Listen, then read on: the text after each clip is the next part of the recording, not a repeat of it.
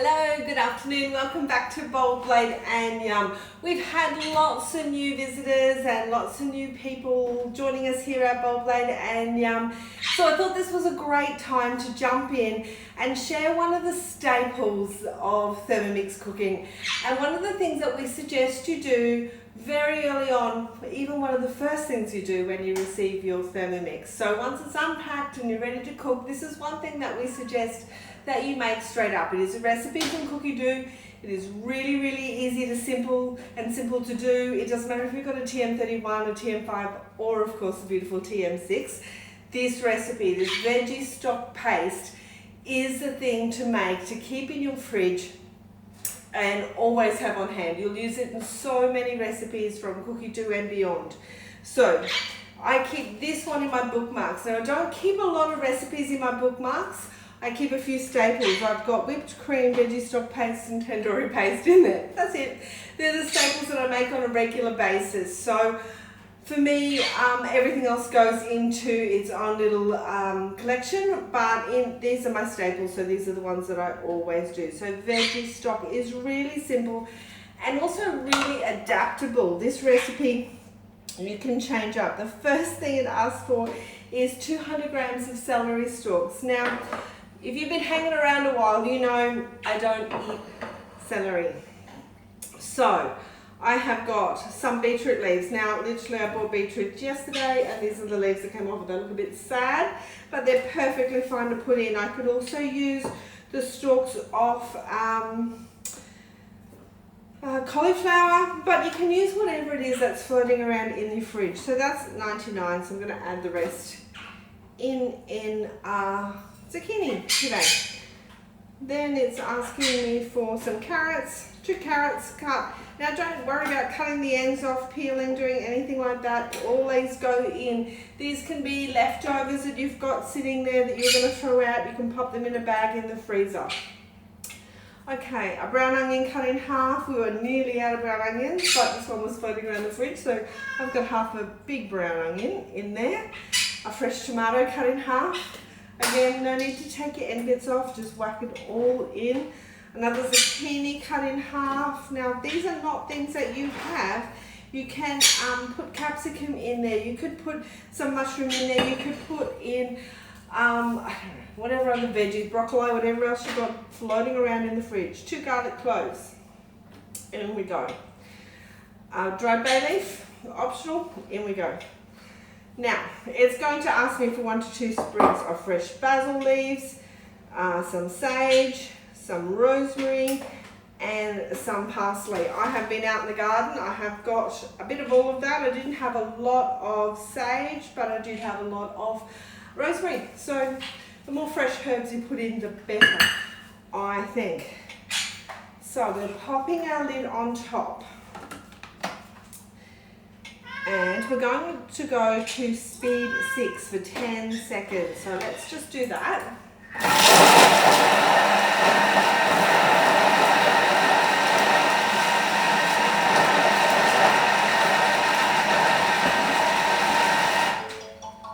Awesome. Now I'm going to scrape down the sides of the bowl. I'm just going to have a look at it. So, as you can see, I have mixed up some of it, but some of it is still left in big chunks. So I like to give that a bit of a zhuzh around. There we go. And before I add the rock salt, I'm going to go back and do that again. Possibly not for the first.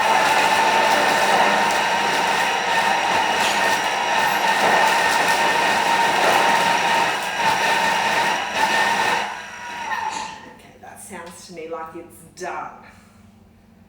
So it didn't need another 10 seconds, but delightful. This is going to be the best coloured stock. I can't wait to make this. So as you can see, it looks like I actually have mince in there.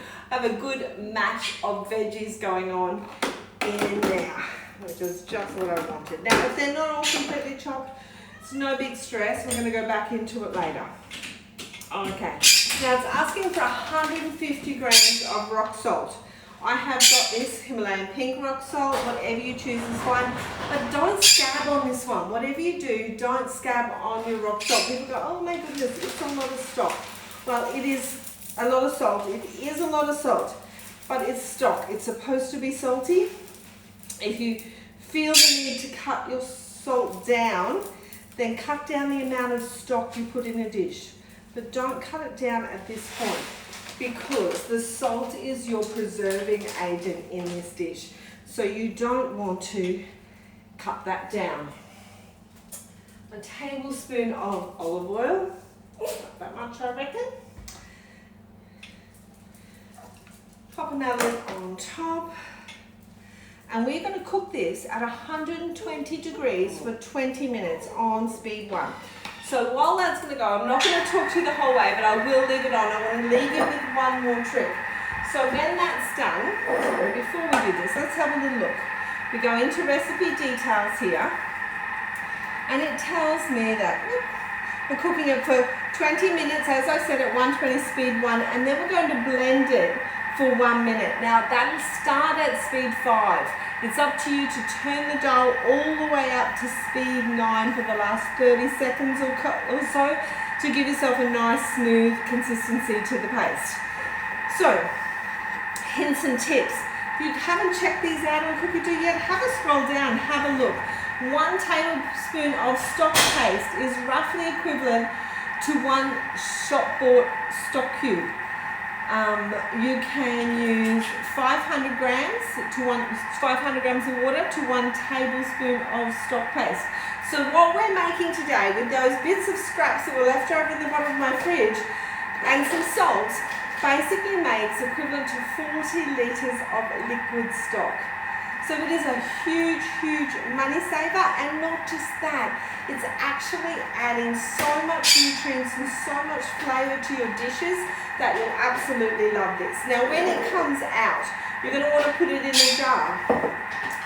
When you do that, here's a little tip for you. Take your lid, pop your lid on top of the jar, and then you can pour it out, scrape it out, do all those kinds of things, but it's actually going to go in there or sit on the top, and you can easily scrape it in. So lots of people ask about getting it into the jar. Simple, easy, just use your lid as your funnel to do that.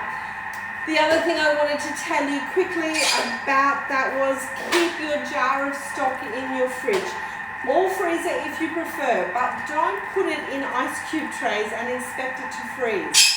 It will not freeze because of the salt content in there. It will actually stay soft.